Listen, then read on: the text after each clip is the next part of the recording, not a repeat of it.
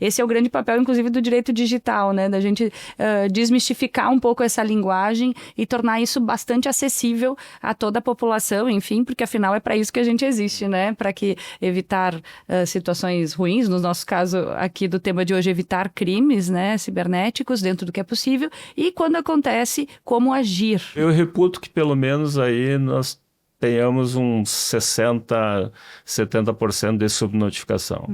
Talvez seja mais normal do que a gente imagina termos inimigos de trincheira, como se diz, a empresa poder ter pessoas dentro que facilitem a ação externa. Olá pessoal, sejam todos muito bem-vindos a mais uma edição do DSF Cast. Pessoas, ideias e estratégias para impulsionar negócios. Hoje nós vamos falar sobre crimes digitais e investigação. Para isso a gente temos dois convidados, minha colega e sócia Bárbara Ravanello, responsável pela área de Direito Digital da Dupont Spiller Fadanelli Advogados, e um convidado mais do que especial, Dr. Emerson Vente. Bom, vamos dar início então. Bárbara, obrigado pela tua participação e tenho certeza que hoje vai ser mais um dia em que nós vamos aprender muito aqui. Exatamente. Olá, Rony. Mais um encontro muito bacana para aprender, né, acima de tudo. E porque os crimes digitais estão aí, as empresas estão sofrendo, a sociedade está sofrendo e não está sabendo lidar com isso. Então, entender sobre o que são, como acontecem, o que a gente pode fazer, tanto para se prevenir e se acontecer, o que devemos fazer com o delegado vai ser muito, muito bacana. Prazer tê-lo aqui. Perfeito.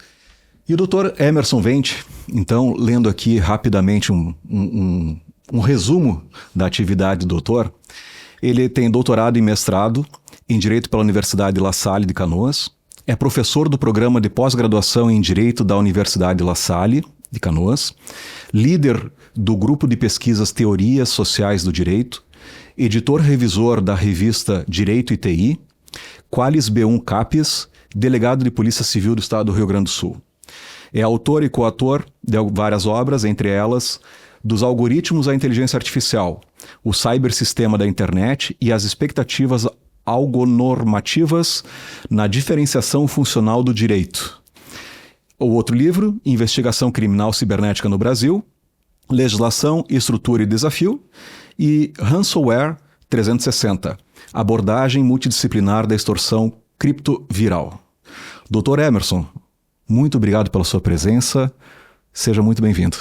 Obrigado pelo convite, Rony. Bárbara, é um prazer estar aqui discutindo esse tema bastante interessante, na verdade, que a sociedade tem visto como um problema novo, né, e que a gente já acompanha há bastante tempo, de certa forma, em maior ou menor escala ou profundidade, mas atualmente, até porque as pessoas estão, de certa forma, sendo atacadas, né, por vários tipos de fraude, golpes, ataques cibernéticos, isso acaba gerando uma repercussão maior e a necessidade da gente discutir, né, como os podcasts têm feito, como vocês aqui estão fazendo também. O objetivo é justamente tentar clarificar e trazer mais informação para quem nos ouve. Perfeito. Doutor, até é importante então a gente começar exatamente desse ponto, porque o assunto, como o senhor disse, é um assunto novo, né, relativamente novo, enfim. E certamente o senhor em algum momento da sua carreira, atuou com a criminalidade normal, digamos assim, e fez essa migração, né, para essa área do direito digital, para os crimes cibernéticos. Como se deu isso? Como é que foi esse momento? Em que momento, aliás, foi isso que o senhor fez essa mudança? Na verdade, não foi uma mudança nem radical, nem drástica, porque, na verdade, como delegado de polícia, a gente trabalha com investigação de todo e qualquer tipo de crime, especialmente se a gente está numa delegacia de polícia normal. Mas eu comecei a me interessar pela temática, eu gostava de tecnologia, né? Tanto é que quando eu assumi como delegado lá em 98, eu assumi na delegacia de Iraí, tinha um computador que era o que se conectava com o Estado na questão de emissão de antecedentes, documentos de veículo na época. E eu recordo que eu, numa viagem a Porto Alegre que eu fiz com o meu carro, porque a viatura não conseguia chegar a Porto Alegre, eu comprei 3 computadores do meu bolso e levei para a delegacia para poder... Então, sempre gostei de tecnologia, assim, de trazer. E em 2005, eu estava como delegado de polícia regional na cidade de Cachoeira do Sul, e eu fui convidado para montar atividade de inteligência na Polícia Civil, ou seja, com essa cara que tem hoje, né? E para isso me foi ofertado um treinamento voltado à parte de inteligência. Eu fiquei durante 3 tempos diferentes, mas mais ou menos 3 meses e meio participando do primeiro curso de inteligência e segurança pública que foi realizado no estado de Pernambuco. E nesse meio tempo a gente foi montando a inteligência. Na terceira fase do curso, eu tive uma semana de aula com um policial federal sobre investigação de crimes na internet. Aí foi o start, né, que eu precisava para justamente ver esse novo caminho. E a partir dali eu fui inserindo, eu fui trabalhar na Secretaria de Segurança, na área de interceptação de sinais, então tinha muita gente que não sabia como trabalhar isso. Eu recebia demandas, né, recebia perguntas e algumas eu não sabia, naturalmente, mas eu nunca disse que eu não sabia, né? Eu disse, vou procurar saber, conversava com algum especialista do Brasil, fora do Brasil.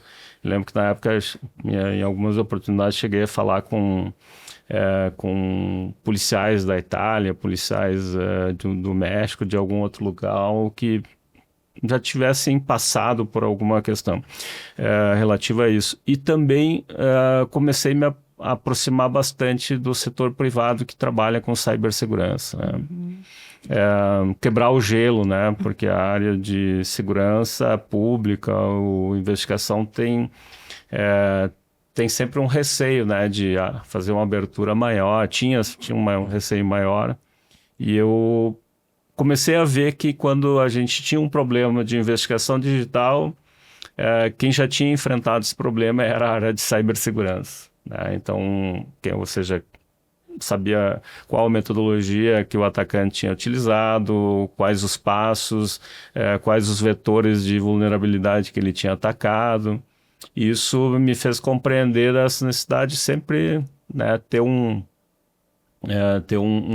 vamos dizer assim, um passo caminhando junto, de certa forma, do setor privado com o setor público. Hoje mesmo estava vindo para cá, eu recebi um contato de um profissional da área do setor privado perguntando sobre uma operação policial, se eu tinha algumas informações, porque clientes dessa empresa tinham sido vítimas do mesmo tipo de golpe relatado naquela operação, né? Então, fazer essa conexão hoje em dia é importante, né? Porque muita gente acaba, às vezes, não sequer registrando a ocorrência, né? Sequer comunicando o fato. Não sei se é por algum tipo de orientação errônea ou não, mas isso acaba fazendo com que muitas vezes não se tenha investigação, não se tenha o caminho final e até mesmo a apuração da autoria, materialidade, com eventualmente uma prisão, né, sobre isso. Mas só para te responder, tentar resumir, eu sou bem prolixo nisso, para mim foi um caminho normal, assim, tanto é que eu, mesmo durante a chefia de polícia, né, que eu fui chefe de polícia durante 3 anos, eu não deixei de estudar o tema. Tanto é que eu defendi meu mestrado durante a chefia de polícia, né? Eu só não comecei o doutorado porque a atividade era bem intensa. Aí era demais também, né? Mas nunca deixei de estudar. O que sempre me motivou foram as aulas, né? Ou seja, da academia, de dar aula sobre o conteúdo, te obriga a estudar, te obriga a não passar vergonha na frente dos alunos, né? Desconhecendo um determinado tema. E eu sempre gostei muito dessa conexão, de saber o que é a tecnologia, os termos técnicos e tentar fazer adaptabilidade para o direito, né? Que é a grande dificuldade do profissional do direito e também, do outro lado, a grande dificuldade do profissional de TI compreender a parte do... Os dois mundos se comunicarem. Os dois mundos se comunicarem. Então, eu acho que eu faço muito bem isso, né? Então, consigo conectar.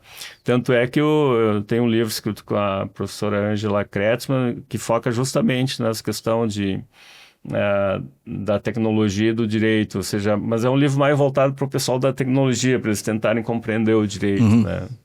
Certo. Bárbara, e a dificuldade é essa mesmo? Dos dois mundos se comunicarem? Com certeza, isso a gente vê bastante, né, doutora Emerson?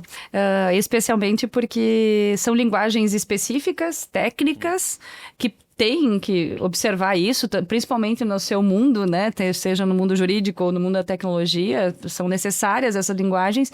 Porém, para a gente atender ao mundo em geral, né? Precisamos nos comunicar melhor. E eu acho que esse é o grande papel, inclusive, do direito digital, né? Da gente desmistificar um pouco essa linguagem e tornar isso bastante acessível a toda a população, enfim, porque afinal é para isso que a gente existe, né? Para evitar situações ruins, no nosso caso aqui do tema de hoje, evitar crimes, né, cibernéticos dentro do que é possível, e quando acontece, como agir, né? E tu falaste algo que me chamou bastante atenção, doutor Emerson, sobre a questão de eventualmente não notificarem, não registrarem ocorrência sobre alguns crimes.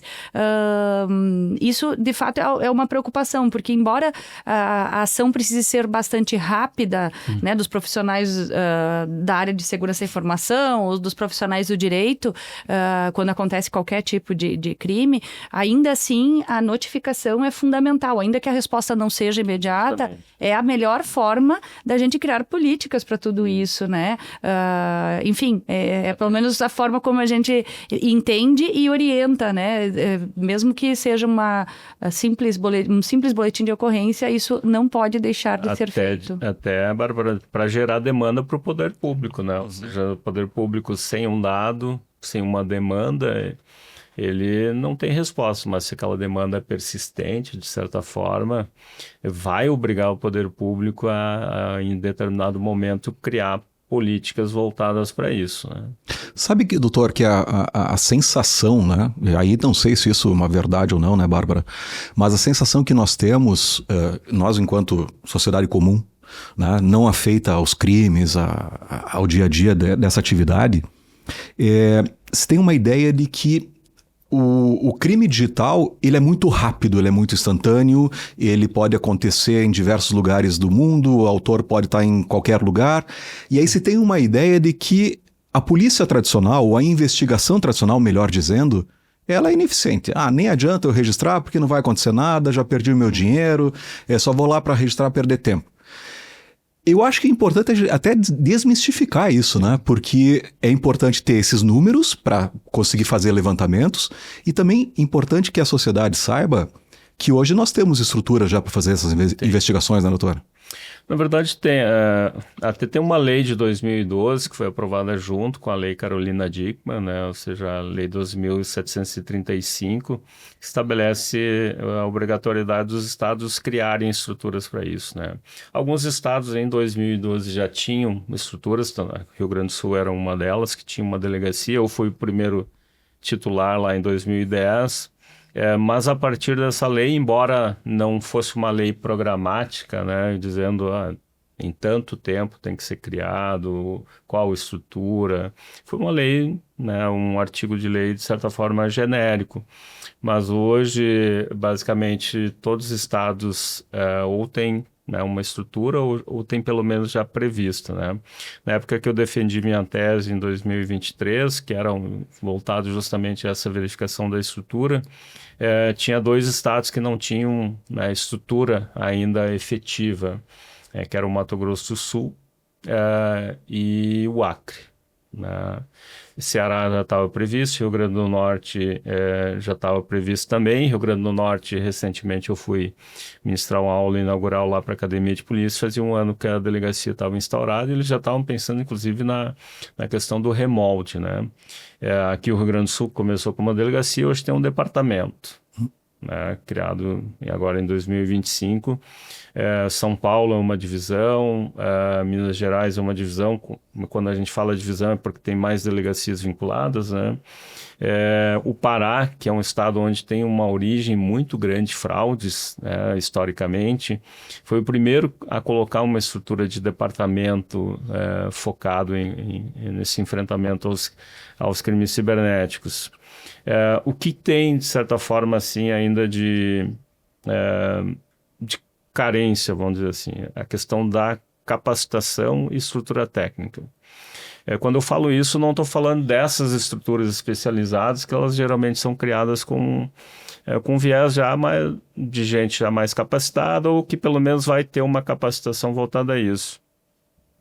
Eu falo de uma capacitação mais genérica, assim, até mesmo para o atendimento geral, né?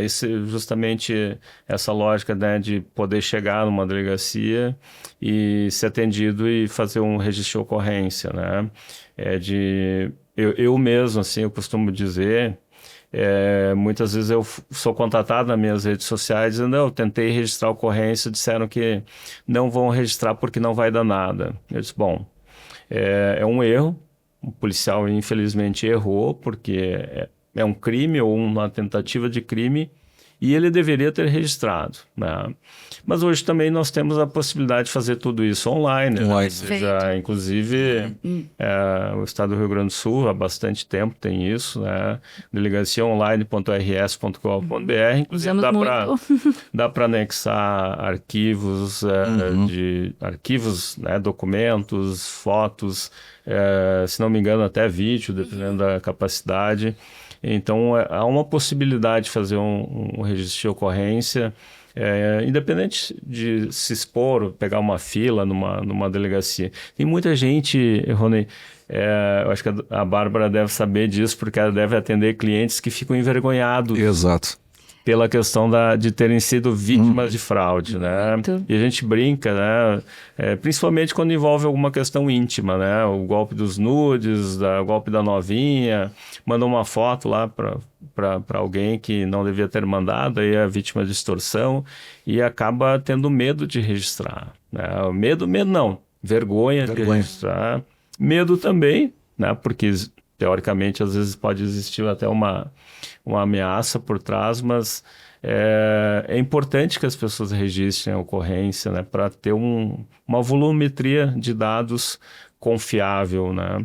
Hoje nós temos, segundo o Departamento Estadual de Repressão aos Crimes Cibernéticos, uma média de 120 mil ocorrências ano de fraudes eletrônicas. Aqui fraude, vou falar geral, né? Certo. Isso significa, Rony, 300 ocorrências por dia no Rio Grande do Sul. Talvez esse número seja maior, então. Ou certamente certamente. Eu reputo que pelo menos aí nós tenhamos uns 60%, 70% de subnotificação. Para mim Por que eu trago essa inferência do percentual? Eu fui secretário de Segurança do município de Canoas. Na época a gente fez um estudo de vitimologia. A gente até trabalhou alguns aspectos de naturalização do crime na sociedade. E uma pergunta que a gente fazia é justamente, você já foi vítima? Conhece alguém que foi vítima de crime? Que tipo de crime? E se houve comunicação ou não para a polícia. Nos crimes, de certa forma, que tinham uma pessoalidade, ou seja, uma passionalidade envolvida, a subnotificação era bem maior.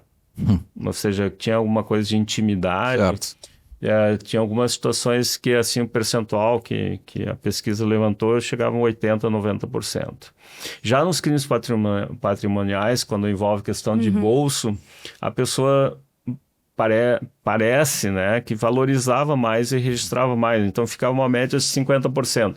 Por isso que eu estou, né, fazendo essa inferência com base nesse dado. Mas certo é que deveria haver uma pesquisa. Até eu devo participar de uma banca de dissertação de uma aluna de mestrado em Ciências Políticas na Universidade Federal de Pernambuco, que ela vai trazer uma metodologia, estou louco para ler o trabalho dela, uma metodologia focada nisso, né, de detectar a questão de subnotificações de ocorrências. E sabe que é importante falar sobre isso, que até por atendermos, né, situações como essas, a gente tem retorno da polícia, sim.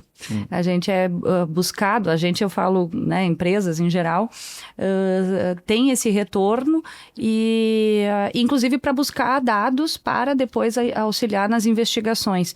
E aí vem essa dúvida, né? Tá, mas a mim não ajuda mais, não resolve mais. Porém, a gente sabe que esses golpes não param por aí e não necessariamente serão os últimos, né? Não. Então, com certeza a empresa está colaborando para si e para as demais empresas a evitar novos golpes, né? Então, com certeza a notificação não deixa, é fundamental, né? Não pode deixar de ficar, não pode ficar de lado, né? Para não gerar esse tipo de E eu até subnotificação. até costumo dizer, né? Ou seja, às vezes a pessoa não quer registrar na polícia para não ter uma exposição.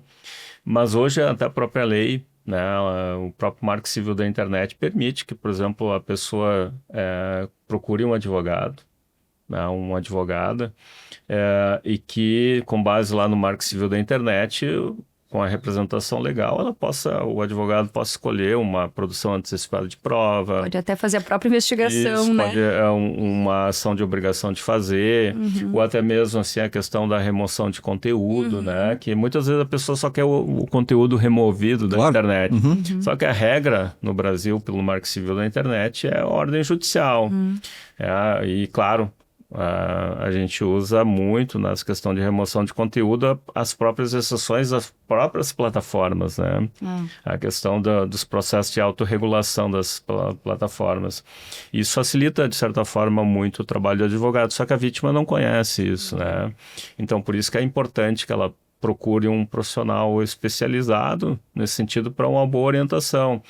Vai encaminhar ou não para a parte policial, ou vai fazer um encaminhamento de remoção de conteúdo, junto com a remoção de conteúdo vai buscar uma indenização, etc e tal. Isso é fundamental hoje em dia, né?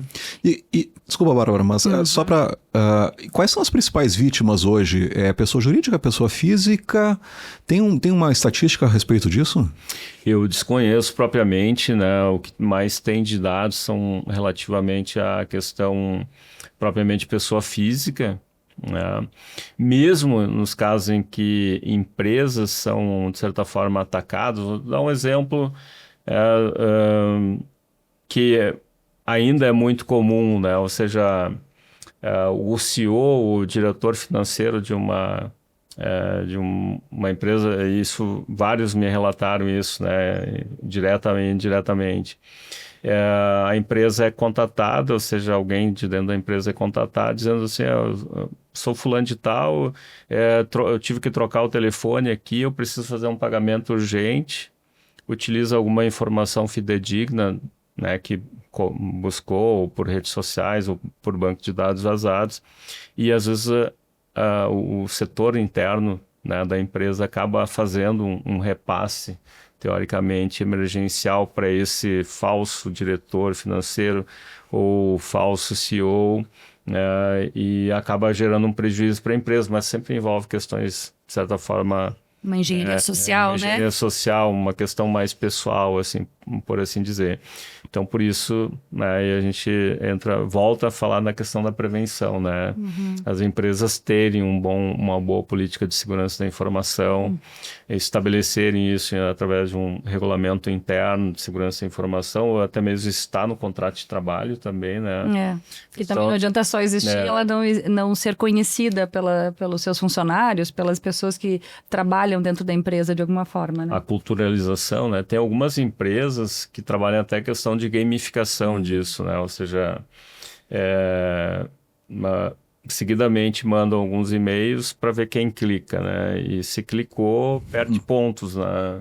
E aí precisa passar por um treinamento interno, né? É phishing, né? A Uber tem isso, né? A Uber tem isso, então... Porque às vezes aqueles e-mails parecem tão reais, né? As pessoas, vou só dar uma clicadinha aqui. Só que é justamente essa clicadinha que é a exposição de todo um conteúdo, às vezes, da empresa. Abre portas no computador, abrindo portas no computador, abre portas na rede, né, para uma invasão. Além, naturalmente, né, de muitos criminosos explorarem as informações, não só da empresa, mas de todo e qualquer colaborador, né? Propiciando questão de, por exemplo, de recrutamento, que é o caso recente do Banco Central, né?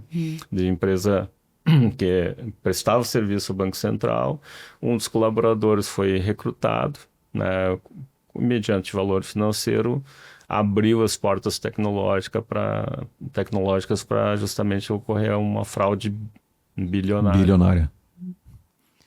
Não, eu ia comentar, só para complementar anteriormente, em relação às plataformas digitais, houve um julgamento recente, né, esse ano, do STF em relação à inconstitucionalidade parcial, né, do artigo 19, enfim, relacionada à questão da responsabilização das plataformas, de não mais precisarem de uma ordem judicial para removerem certos conteúdos, né. Porém, na prática, as plataformas ainda não estão preparadas e organizadas para isso. Mesmo quando há uma reclamação ou uma formalização de um pedido, elas acabam não dando um retorno claro ou justificado, enfim, e o que acaba obrigando ainda assim ingressarem com processos judiciais. Alguma razão para que a plataforma, por exemplo, não... Elas não explicam ainda, né? Então, evidentemente, depois judicialmente, sendo deferido algum liminar, enfim, há o cumprimento. A questão é do extrajudicial, que bastaria uma notificação. Não se criou nenhum mecanismo ainda pelas plataformas onde pudessem ter acesso mais facilitado pelos usuários, de alguma forma, né? Para poder fazer essa autorregulação, que é o que ficou estabelecido como uma boa prática, né? Só que assim, as plataformas têm que ter em vista que depois da decisão do STF, o fato de elas não retirarem o conteúdo gera um direito objetivo à indenização. Pois é, né? Ou seja, claro. Que elas Possivelmente. Na verdade, o artigo 19, para quem conhece um pouco a história do Marco Civil da Internet lá, que eu participei desde o início, lá até da construção no site Cultura Digital do Ministério da Justiça, foi um grande lobby dos grandes provedores, Google e Microsoft, principalmente, que eram mais ativos naquela oportunidade, principalmente o Google, era de tirar a responsabilidade dos provedores. Esse foi o grande objetivo. Isso foi amenizado agora pelo STF, acho que foi muito bem trabalhado esse leading case, e também está, de certa forma, no mesmo caminho o ECA Digital, né? Essa legislação agora que deve entrar em vigor em breve, que também tem um caminho semelhante. Claro que quando envolve criança e adolescente, as plataformas têm um cuidado, né, muito maior e até mesmo de atendimento, de remoção de conteúdo, etc. e tal. Mas aí tem um outro detalhe agora me lembrando, né? Que é uma coisa que eu tratei na minha tese de doutorado, o quanto a polícia pode intervir nessa questão de remoção de conteúdo, né? Ou até mesmo de recuperação de uma conta hackeada. Porque não é um trabalho normal policial. Ou seja, não está previsto... Iniciativa privada, além de tudo, né? Não está previsto no Código de Processo Penal. Exato. Né? Mas não é um impedimento. Não é um impedimento. Então, inclusive, eu mesmo produzi algumas orientações de como o policial pode, via plataforma law enforcement, fazer uma recuperação de senha para uma vítima que chegou lá na delegacia e comunicou, disse, minha conta do Instagram foi hackeada, não consigo recuperar, já teve vítima X, Y, Z, ou seja, alguém caiu na lábia lá e acabou depositando. E a pessoa vai registrar para se precaver muitas vezes. Mas a orientação que a gente dá é que o policial pode sim fazer um pouco além do que está previsto no Código de Processo Penal e também pedir ou seja, a retomada da conta para a vítima, porque isso evita que novos casos aconteçam também, né? E doutor, nós temos alguma estatística, alguma informação a respeito da efetividade das investigações, não necessariamente só no Rio Grande do Sul ou só no Brasil, até mesmo uma questão mais ampla, né? Onde possa envolver outros países que talvez tenham um processo mais efetivo, enfim. Qual é o índice de eficácia dessas investigações?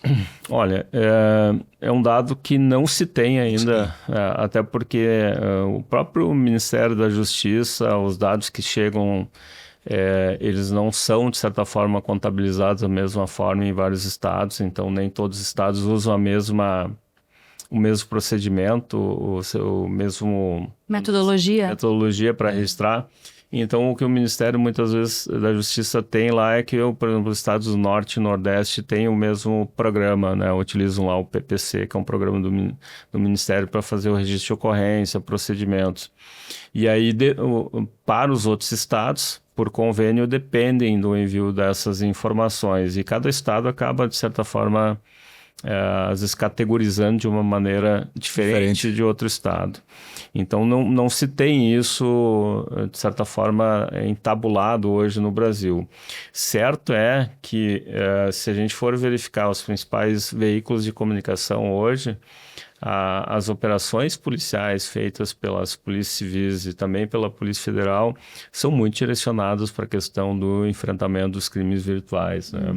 A própria Polícia Civil agora, nos últimos dias, aqui do estado do Rio Grande do Sul, realizou uma operação focada, cujos criminosos focavam na questão de médicos, né? Ou seja, uma fraude tem também a questão envolvendo advogados, né? Ou seja, não envolvendo advogados, desculpa, mas envolvendo o uso de nomes de advogados, né? Os advogados sofrem com isso e muito. Muito, né? Então, naturalmente que aí a lógica é de uma boa orientação também, né, para os clientes, e até mesmo de poder registrar a ocorrência, né? Eu estava recentemente com um colega de professor que era advogado e a gente conversando sobre fraude, ele me mostrou, aqui hoje um cliente meu um falso advogado com a minha foto, um outro número entrou em contato dizendo que tinha ganho uma ação, nem eu sabia que eu tinha ganho essa experiência,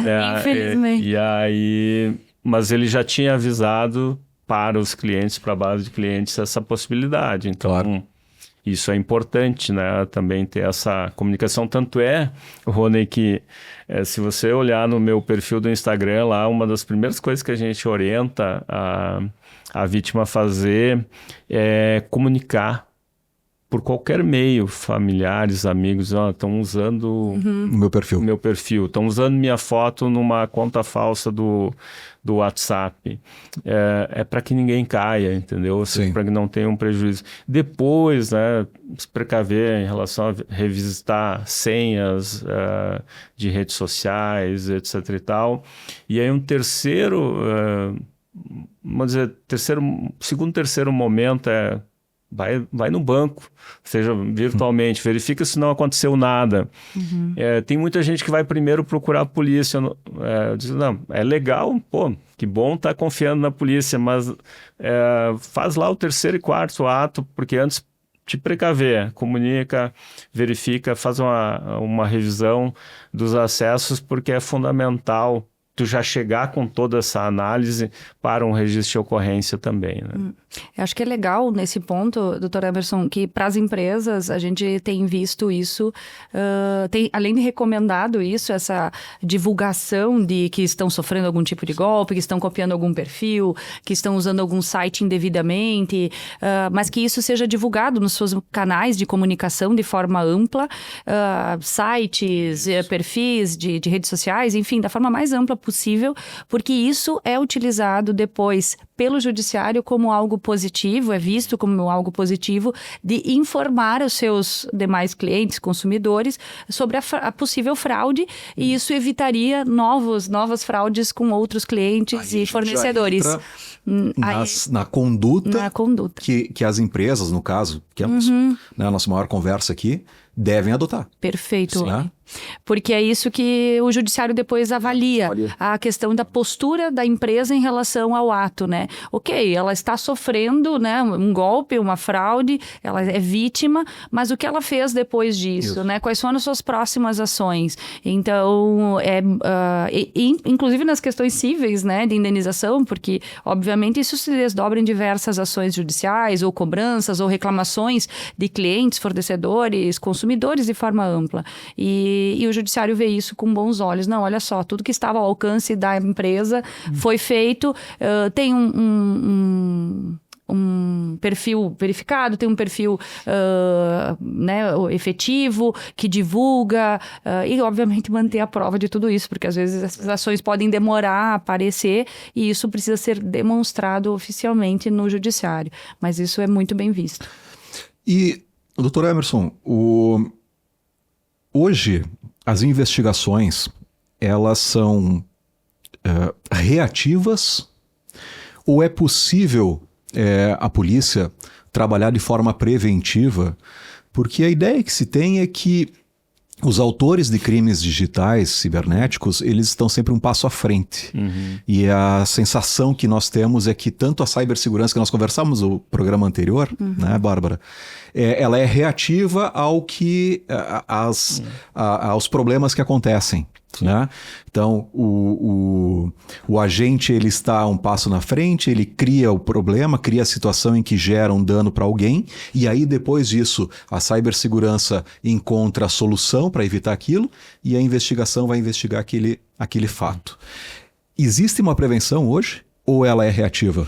Não, existe sim, com certeza. Se você verificar, dá para até verificar o perfil hoje, por exemplo, da Polícia Civil do Estado ou até mesmo do departamento, tem várias postagens com intuito preventivo, né? Mas, logicamente, né, quando se fala em polícia judiciária, polícia civil, polícia investigativa, é porque ela vai trabalhar na metodologia reativa, ou seja, é porque já aconteceu um crime, né? Ou seja, a investigação se inicia em razão de ter acontecido um crime, e essa investigação ela foca na questão da busca de evidências, provas de materialidade e autoria. Nesse caminho, geralmente, quando a gente trata de crime organizado, seja ele focado em qualquer área, tráfico de drogas, lavagem de dinheiro, crimes cibernéticos, sempre vai haver também um processo de prevenção, né? Porque muitos crimes vão ser evitados a partir desse processo. Então, direto ou indiretamente, é feito um trabalho preventivo, embora, né, não seja necessariamente, principalmente, a função de polícia judiciária fazer esse papel. E até é bom a tua pergunta, porque a gente discute bastante, até participei recente de um debate lá na Universidade Federal de Pernambuco sobre isso, né, a questão será que a gente já está preparado ou precisa de cybercops, né? Ou seja, de fazer o policiamento preventivo no ambiente da rede? E aí a minha resposta a gente já está muito atrasado. Né? Está muito, muito atrasado mesmo. E até eu acho que a pergunta do Rony é muito boa, porque talvez a gente inicie de uma forma reativa, porque alguém sofre primeiro, mas para os que ainda não sofreram, se houver essa comunicação em relação aos órgãos oficiais e até essa divulgação, como a gente fala no meio, né, seja discutido isso, porque muitas vezes a gente não comenta nem entre as empresas, não tem essa conversa, o que acaba acontecendo é que as empresas não aprendem com o erro dos outros, né? E isso é que seria o preventivo da mesma forma, né?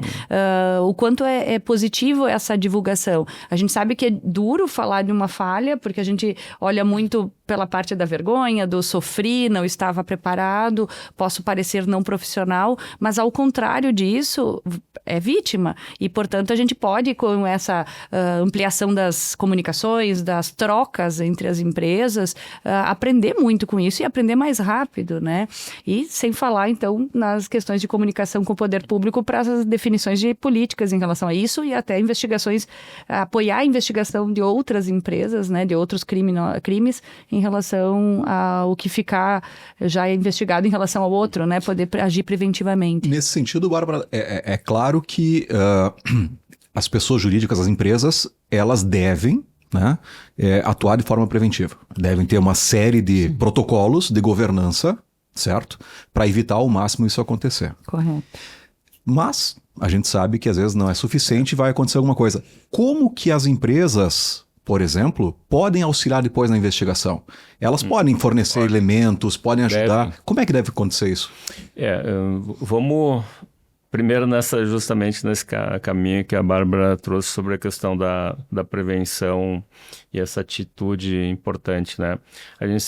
Eu também dou aula sobre a parte de segurança da informação e a gente vê quando uma empresa não tem qualquer tipo de estrutura, o framework de segurança cibernética, porque não é uma política interna, ou seja, trabalhar com a questão de algum budget direcionado para essa finalidade. Mas quando são vítimas, elas percebem que tudo aquilo que deixaram de investir, elas estão tendo como custeio para resolver um problema de cibersegurança, ou seja, e muito maior. Porque quando tem um problema de cibersegurança, não afeta só a estrutura de rede, os dados, afeta a imagem, a marca da empresa, né? Isso talvez seja o maior dano, né? Que muitos não conseguem contabilizar. E aí vai também de uma boa orientação de saber como, o que comunicar e como comunicar e quando comunicar, né? Até porque existe uma obrigatoriedade com base na LGPD em relação a isso. E aí se, né, essa comunicação em relação à NPD é uma, mas também tem a decisão de comunicar ou não comunicar para a polícia, né? E aí o que comunicar e como comunicar também é importante, porque você perguntou antes da questão da investigação digital. Eu digo que a informação inicial da vítima é que vai delinear se a investigação vai ter sucesso ou não, né? Então, uma informação parcial, uma informação cortada estrategicamente ou acaba prejudicando o resultado da investigação. Então, levar esses dados, né, os relatórios, os registros relativamente a como aconteceu o ataque, etc. e tal, são extremamente importantes. Às vezes até um relatório do que foi reportado para a NPD ajuda bastante, porque ali tem detalhes, né, sobre como aconteceu o incidente. Isso auxilia sobremaneira a atividade de investigação digital. Tem empresas da área de segurança de informação que são especializadas nesse aspecto para fazer toda essa investigação e às vezes são, né, juntadas também nesse comunicado da NPD, mas podem assessorar primordialmente a polícia nas investigações, né? Então, a importância de ter profissionais especializados que saibam trabalhar com essas informações e com essa questão das provas, né, efetivas para depois serem utilizadas. Até, né? Porque foi dito antes, né, que um dos episódios com o Banco Central tinha informações internas. Sim. Né? Talvez seja mais normal do que a gente imagina termos inimigos de trincheira, como se diz, a empresa poder ter pessoas dentro que facilitem a ação externa. Sim. Acredito que isso seja não uma normalidade, mas existe essa possibilidade, não existe? Doutor, já se deparou com isso? Sim, né? Muito, muito comum hoje em dia, né? Esses ataques direcionados à empresa, eles utilizam várias metodologias diferentes. Até, né, geralmente a gente carrega um pendrive, né? E se eu deixar esse pendrive aqui na mesa, alguém vai pegar e vai colocar num computador. A curiosidade humana nunca deixou de existir. E qual é a orientação, né? Jamais. Jamais fazer isso no ambiente de uma empresa, né? Se fizer, né, o técnico de TI vai ter que fazer isso num computador isolado para verificar quais os comandos, né, a partir da utilização de um pendrive são executados automaticamente na máquina. Às vezes dolosamente, às vezes culposamente pode ter interferência. Eu diria que quando acontece um ataque assim, ele é muito já direcionado, sabe? É o que a gente chama de spear phishing, né? Ele já é algo focado no Rony, na Bárbara, porque eles têm um conhecimento específico. E às vezes, se é focado no Rony, ele não vai necessariamente atingir inicialmente o Rony, mas vai chegar no estagiário do Rony. Certo. Né? Vai chegar em uma pessoa próxima, num familiar. Tem casos em que esse pendrive foi perdido na frente da casa de um estagiário. Sem querer.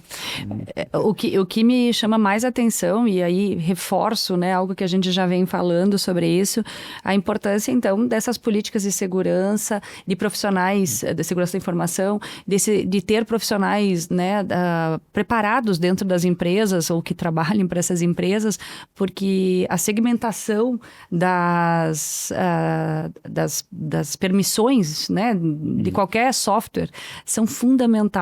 Não é uma gestão não é só de aplicações de firewall, enfim, aplicações ligadas à tecnologia que vão resolver esse tipo de problema. Talvez só poderá ser evitado dessa forma, com segmentação de quem tem permissão para o quê, né? Ou quantas permissões vão ser necessárias para acessar talvez o coração daquele sistema, daquela informação, daquela conta, né? Para retirar valores. Então, isso tudo são políticas que se fazem. A importância da governança. Diversas camadas de segurança. Volta para esse ponto da importância da governança, porque, é impossível prevenir todas as ações criminosas, né? Ainda mais quando são intencionais, como o Dr. Emerson trouxe, mas se tiverem segmentações, né, das credenciais, enfim, ou cuidado maior de permissionamentos, isso talvez já seja, no mínimo, minimizado, né? Mitigado, como a gente fala.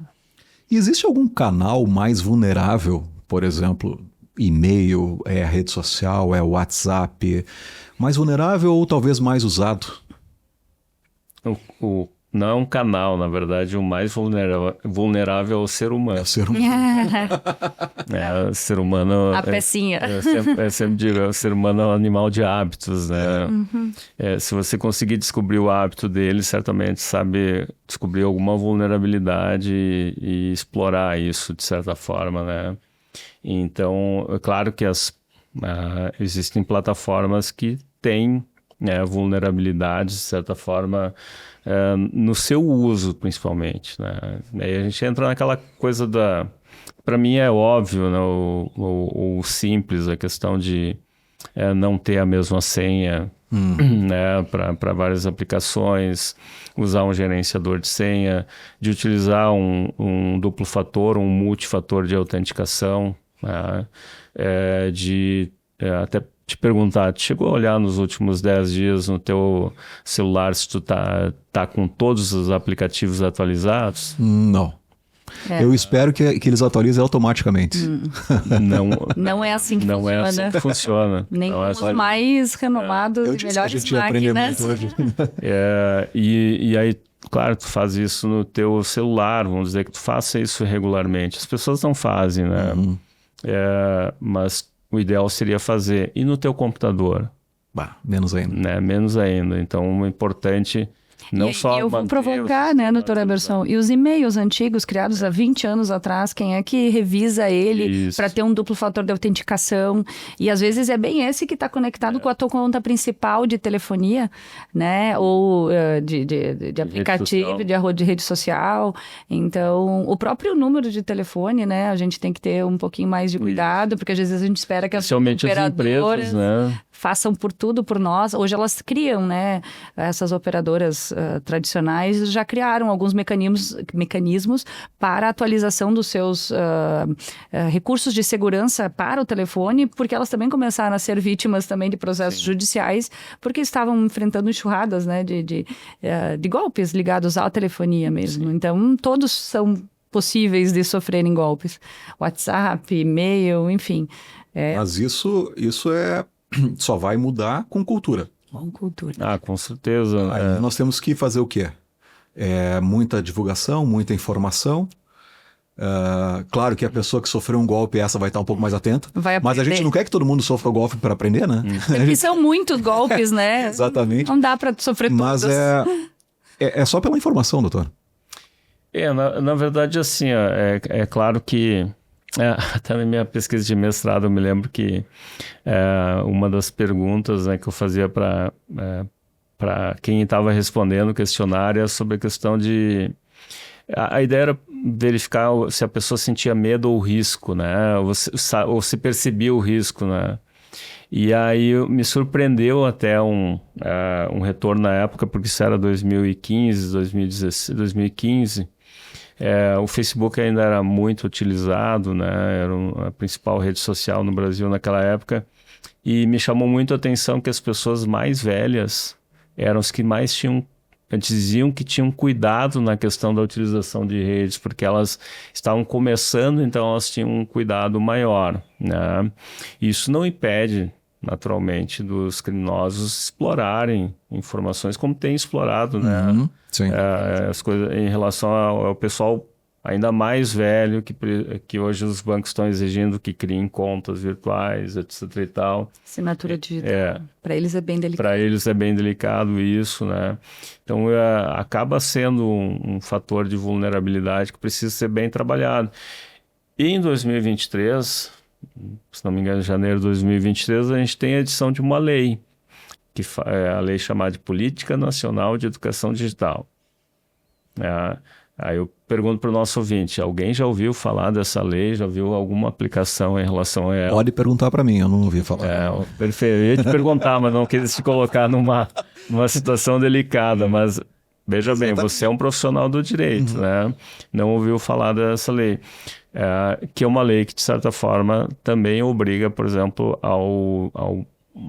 as secretarias de educação dos municípios, dos estados, a inserirem a educação digital no contexto das suas disciplinas. E tem alguns municípios já fazendo isso, naturalmente, né? Então, é algo que precisa não só dessa política, mas que ela seja efetiva, né? Ou seja, de trabalhar isso efetivamente. Então, você, Bárbara, que a gente possa cobrar do poder público, né? E aí no sentido geral, inclusive em nível federal, estadual e municipal, mas que possam estabelecer políticas, inserir isso cada vez mais, né, dentro do contexto do ensino propriamente dito, né? Quando a gente fala de inteligência artificial, né, mais ainda, trabalhar a questão de um letramento, né, de inteligência artificial, como utilizar. Né? Para que utilizar? A gente percebe que acontece algum movimento quando algum caso de impacto acontece, como aquele vídeo do Falca, né? Que trouxe a questão da adultização, enfim, e aí conseguimos a aprovação de um projeto que já estava lá parado há mais de 2 anos, sobre o que se tornou, né, o Estatuto, o ECA Digital, né, o Estatuto da Criança e do Adolescente Digital, que entra em vigor em fevereiro do ano que vem, se eu não estou enganada, e nesse aspecto, ou alguma lei assim que retira os celulares das escolas, que aí causa um grande impacto na sociedade e aí faz o efeito, mas uma política clara que é que elas não obrigam, elas só tem que criar algo, mas se não coloca um prazo, uma penalização, acabam não acontecendo naturalmente. Mas essas outras legislações trouxeram já alguns impactos, né, pelo menos nas escolas, né, que já trazendo alguma questão, mas de novo, não é de educação, é só de repressão, né, no máximo, então... A lógica do legislador brasileiro é uma lógica muito voltada à questão de criar tipos penais, não necessariamente criar metodologias mais ativas sobre a questão de cibersegurança. Se a gente for verificar em termos até de metodologia de cibersegurança, a gente vai ver muita normativa em termos de decretos federais, mas para órgãos da administração pública federal. Tanto é que, para mim, é um dos melhores exemplos, quando alguma empresa me pergunta assim, o que eu aplico, né, de teste da área de segurança, eu digo, acessa lá o site do governo federal, lá tem um framework de segurança, reúne o teu time de TI e tentam responder essas perguntas, aí vocês vão ver o nível de maturidade que vocês estão... Porque é um framework criado por uma equipe lá do governo federal, que trabalha muito bem isso, baseado em frameworks internacionais, em protocolos ISO, NIST, etc. e tal, que valem a pena, né, serem trabalhados nesse sentido.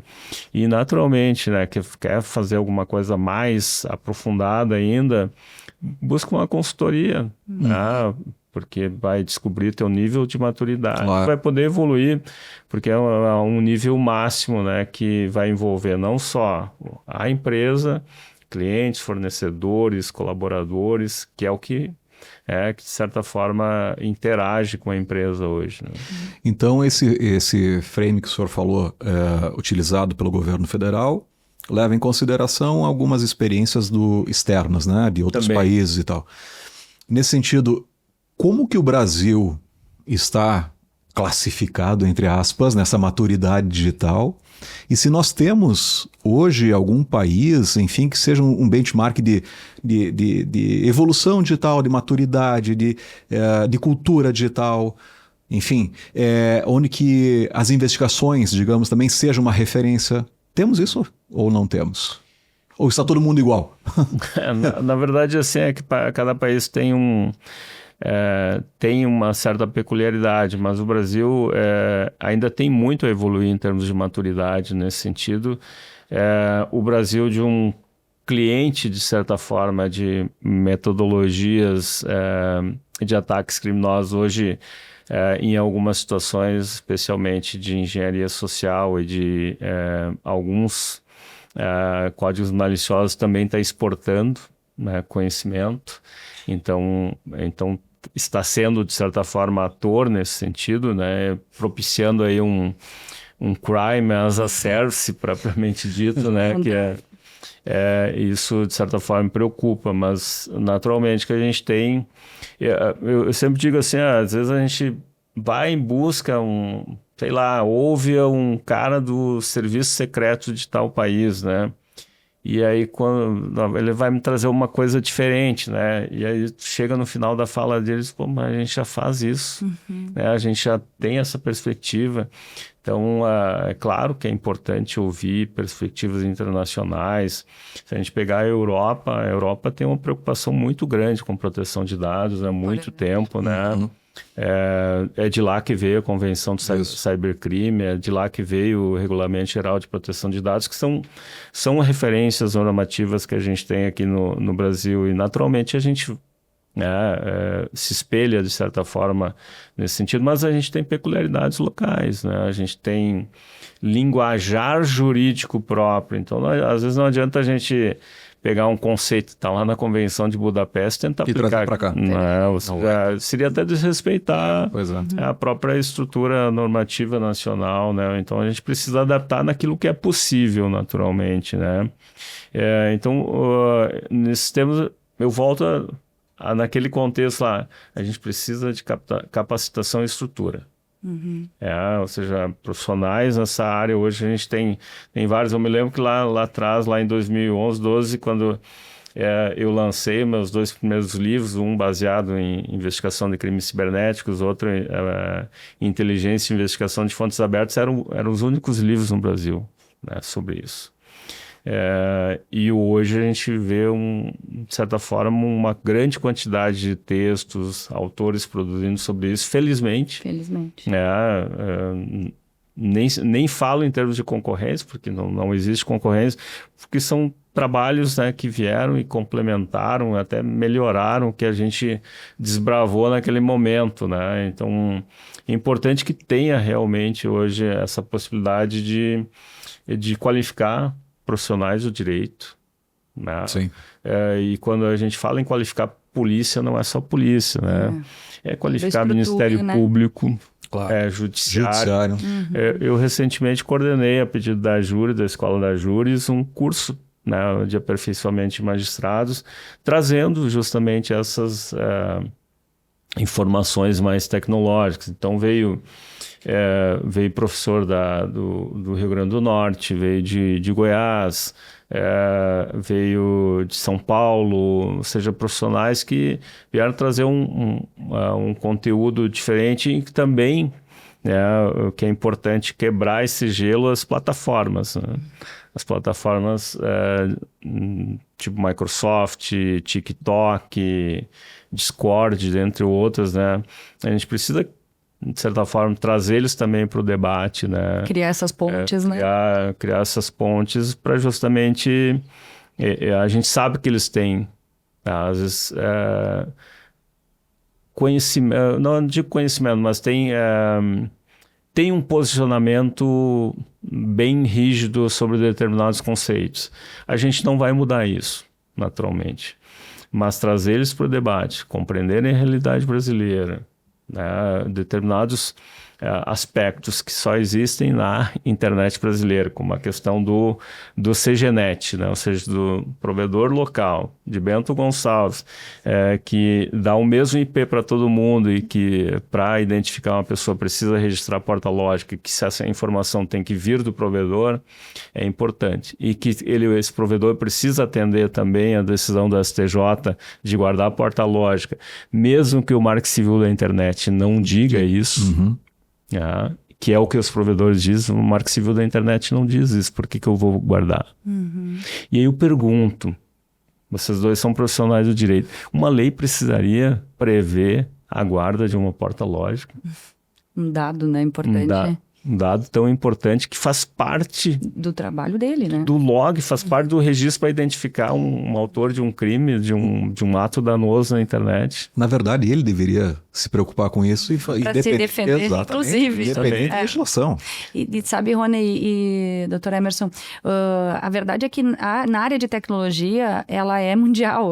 O que se aplica aqui, se aplica na Europa, nos Estados Unidos ou em qualquer país. Então, essas referências que o Dr. Emerson trouxe, como NIST, as ISOs, enfim, elas podem ser aplicadas, que existem vários protocolos ligados à tecnologia que podem ser utilizados no Brasil ou em qualquer outro local. Então, isso é o que, às vezes, a gente utiliza para orientar os clientes de forma ampla, porque, afinal, é o que a gente tem de garantido e que funciona em todos os lugares do mundo. Então, isso é uma boa forma de trabalhar estes temas, né, como orientação.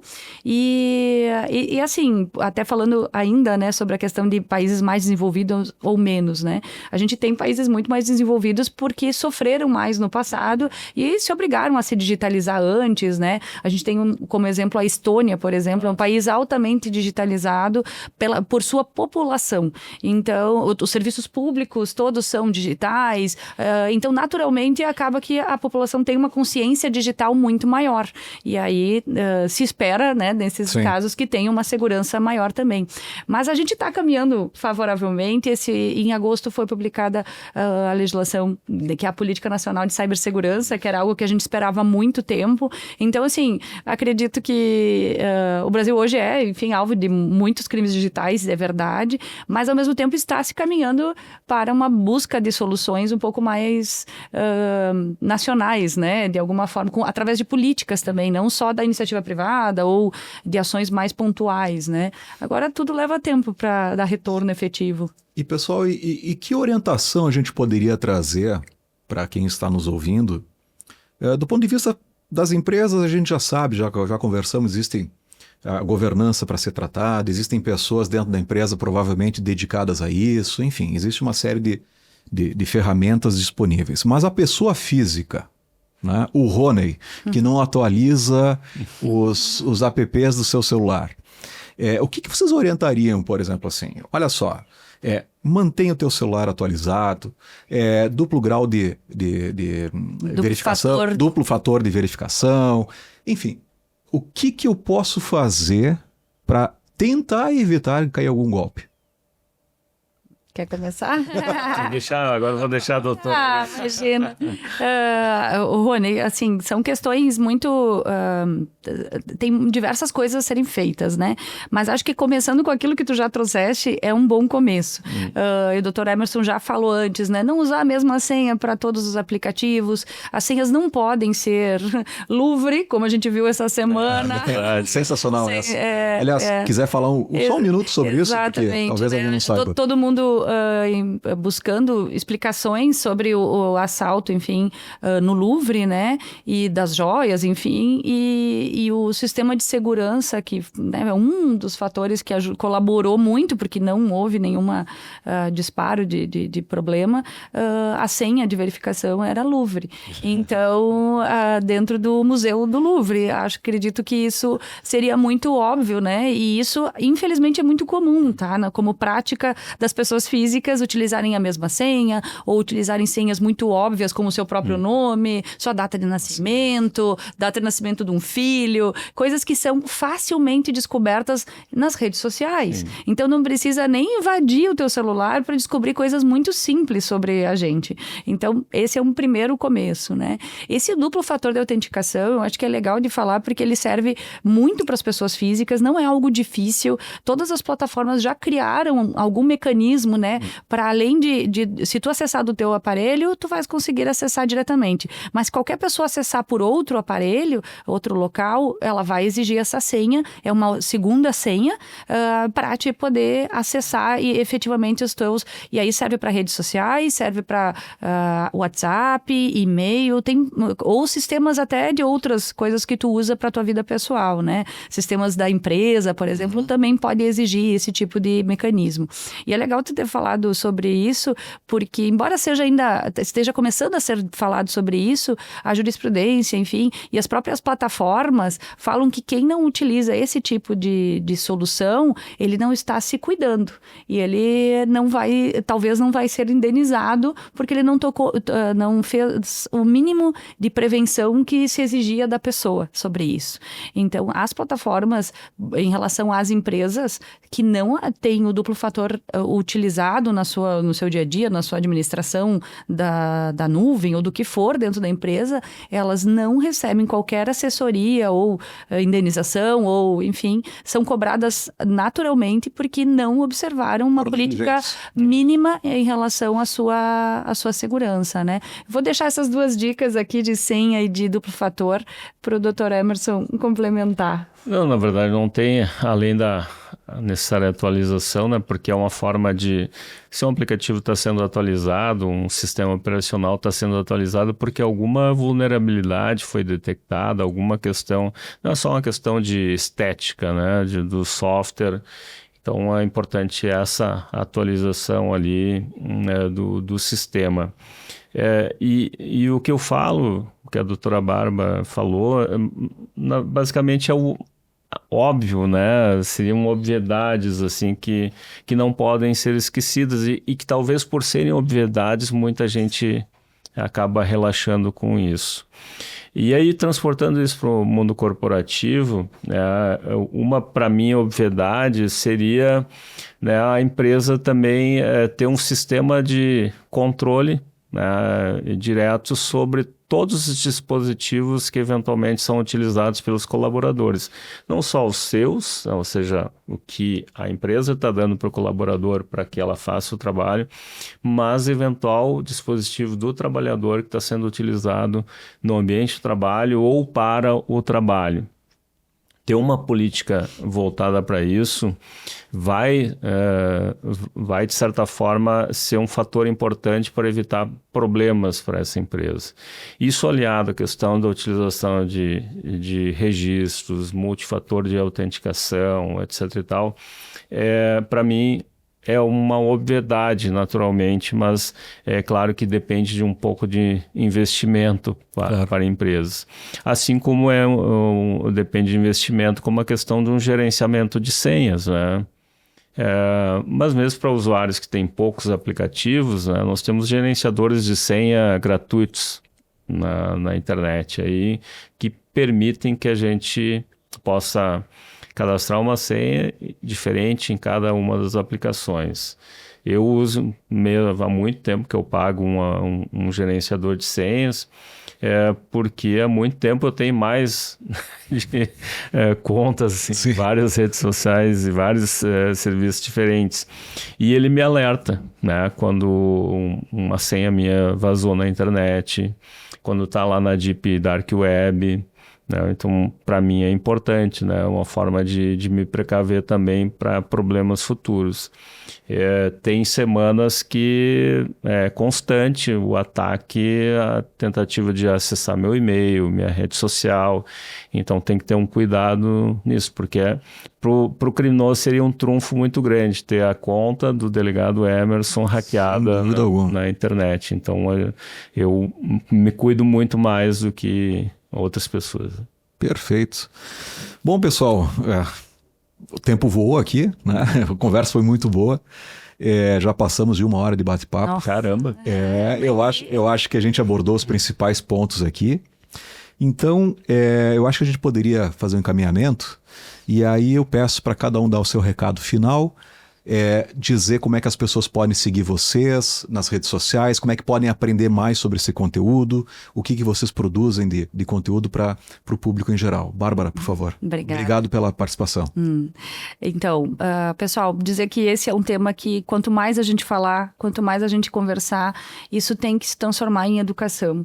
Educação, conversa de bar, conversa de amigo, conversa dentro de casa, das famílias, falar sobre questões digitais hoje em dia é como a gente falar sobre qualquer educação que a gente sempre falou, né, dentro das famílias, porque é a realidade de todas as pessoas e não tem outra forma de aprender senão trocando experiências, buscando de fontes, né, adequadas, de fontes, e aí eu já vou recomendar o Instagram do Dr. Emerson, tem diversas dicas legais, os livros do Dr. Emerson também, então são fontes legais, fontes fáceis de interpretar, de entender, enfim, e de se aprofundar nessas novas tecnologias que todos precisam lidar.